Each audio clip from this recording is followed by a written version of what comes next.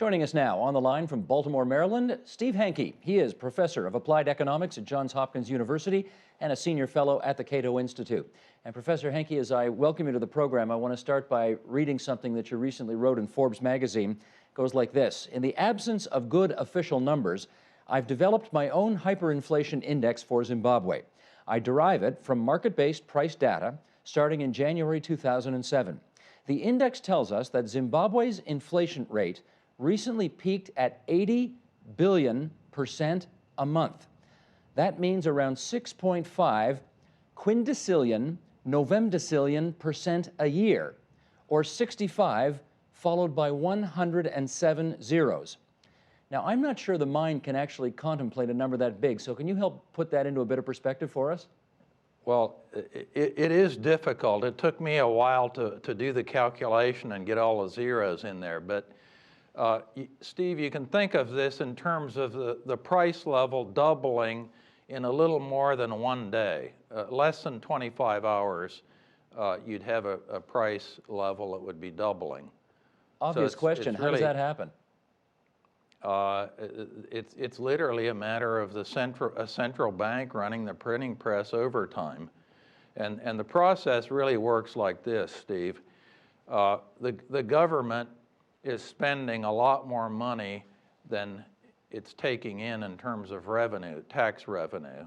And to make up that difference, they issue bonds and they force the central bank to buy the bonds. And of course, what's the central bank use to buy the bonds? It prints money. And so you get this huge quantity of money out there, and it's chasing too few goods, and the prices just go zooming up. So this is a classic hyperinflation. And by the way, the hyperinflation is whenever you get over 50% per month in terms of a price increase, you qualify. And Zimbabwe, since February of 2007, has been in a hyperinflation, and it's the 30th hyperinflation we've ever had recorded, and obviously the first one in this century.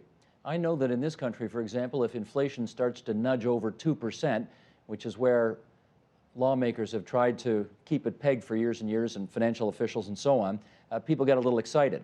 So I can only imagine, and well, I don't have to imagine, you're going to help us understand what the impact on the average Zimbabwean is when hyperinflation is just off the charts. Well, for the average Zimbabwean, you have to remember, if you go back even to 1990, the inflation rate in 1990 was 15.5%, and it's gone up every year since then, and then gone into the stratosphere, as we've noted. So they've had kind of endemic inflation, very high inflation, if not hyperinflation, ever since Robert Mugabe has been president of Zimbabwe. And the deal is, you're spending more than you're taxing, and the central bank is making up the difference with the printing press. Why does he seem unprepared to want to do anything about it? Well, I think he's got a grip on power, and even at this stage of the game, that allows him to engage in inflationary finance. He's not the first one, by the way. Many times this has happened historically after wars or in wartime, or if you have somebody like Mugabe. For example, the third highest inflation rate in the world was in Yugoslavia with Slobodan Milosevic in 1994. You know what? Let me just interrupt you for a second there, Steve Hanke, because I actually have a chart ready to go with the top 4 hyperinflation examples of all time. And here we go. Hungary, number 1 on the charts, July 1946, the peak monthly rate of inflation at 13 quadrillion%, which meant that the amount of time required for prices to double was just 15.6 hours. Zimbabwe comes in at number 2, the one we're talking about today, October 2008, 80 billion%, a little more than 24 hours for prices to double.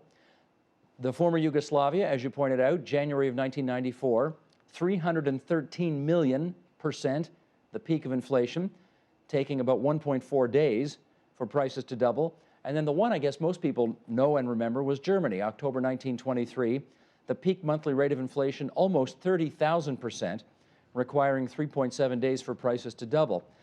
We remember the German one well because we know, of course, what it led to. These other examples are less well known, but how common is hyperinflation as you look through history? Well, it's not very common, and one reason that it's not very common, if you look back in the old days, money was always backed by a commodity, by silver, or copper, or gold, for example. So the central bank, or the government, shall we say, because central banking is really rather modern. But in the old days, the government or the authorities were constrained. If they didn't have gold to back the money they were emitting, they couldn't emit notes. So it was a constraint that they were faced with. Now, certainly since World War I, we've really gone off the gold standard, and obviously even the remnant of gold, we got rid of that in 1971. So now the currencies that we have are what's called fiat currencies. They're really not backed by anything. So in principle, a government is free to just print money if they want to. But the money's worthless, so how does a government stay in power when the currency is worthless and people, obviously, there's no point in saving. You have to spend it right away because it's only worth half as much the next day. Well, yeah, these hyperinflations, just one follow-up, Steve, on the how many we've had. So we've had 30 hyperinflations, and virtually all of those have been in the 20th century, and then we've got this one with Zimbabwe. The only one we'd had before the 20th century was during the French Revolution, when they had fiat money that wasn't backed by gold or any commodity. So you know, how does the government stay in power? Well, you stay in power like Milosevic did. We had the hyperinflation peak out in 1994 in January, and it wasn't until 2001, that was after the 1999 bombings of Belgrade by NATO forces, by the Allied forces, that we really got rid of Milosevic. I mean, he hung around for a long time. Usually what happens with a hyperinflation is the government collapses and the government is changed and there's some kind of currency reform and they try to get things stabilized. But in the case of Milosevic and Mugabe, they're sticking around for a long time. Well, let me follow up on Mugabe. Do you suggest that the best solution to the hyperinflation that afflicts that country is some kind of financial reform or perhaps some kind of military adventure that gets Mugabe out of there? Well, I'm not going to get into the military speculation. I would say the solution to the hyperinflation problem is to get rid of the Reserve Bank of Zimbabwe, the central bank. And once you get rid of that, that's really the source, the mechanism that's being used to create the hyperinflation. So you have to get rid of it. It has no credibility. The governor has no credibility. Mr. Gono is the governor of the central bank. And so you just get rid of the whole thing and either use a foreign currency. That's a possibility. And that's what people are doing now. Unofficially, the country is dollarized. I mean, they're using either the US dollar, South African rand, or a few African currencies in Zimbabwe at present as currency. They're not using the Zimbabwe dollar anymore. About the only place it's being used for, they're taking it for bus fares on the local buses, and I think you have to take a suitcase or something in to pay your fare. But at any rate, a foreign currency is one possibility. You make it official that you're going to use the US dollar as the official currency. And we have that.